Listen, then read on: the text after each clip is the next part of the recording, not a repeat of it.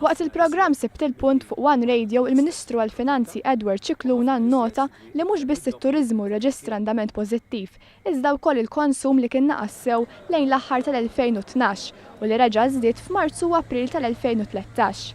Figuri pubblikati mill-Bank Ċentrali sabu li rata ta' self fost il-familji li marbuta direttament mal-investiment f'proprjetà reġgħet bittiżdied wara 3 snin tal-inqas kontinwu. Il-Ministru Cicluna sostna li l-Oppożizzjoni qed tkun negattiva li tipprova tagħti l-impressjoni li l-qatt qed jiżdied.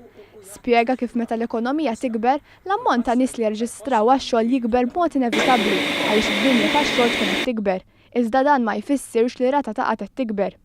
Fil-fatt, il-figuri tal-Eurostat jikkonfermaw li mhux tal-qatt f'Malta mhux qed jiżdied iżda qed jonqos. Il-Ministru Cicluna kkonferma wkoll li l-Gvern diġà beda jimplementa u jwettaq bosta miżuri li ġew ppreżentati fil-Baġit 2014.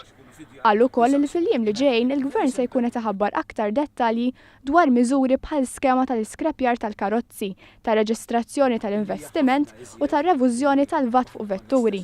Il-Ministru fakkar li l-Gvern kommess li jiġġenera tkabbir ekonomiku tant bżonjus fl-ekonomija Maltija u kien b'dan il-mod li tfassal il-budget sewwa sew fil-bidu tal-leġislatura sabiex il-benefiċċju jista' jibda jinħass kemm jista' jkun malajr.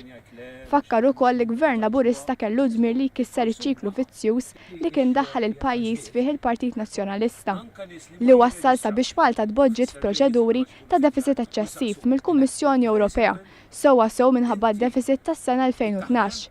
Il-Ministru Cicluna sostna li minħabba f'hekk il-Gvern Laburista fassal budget responsabbli.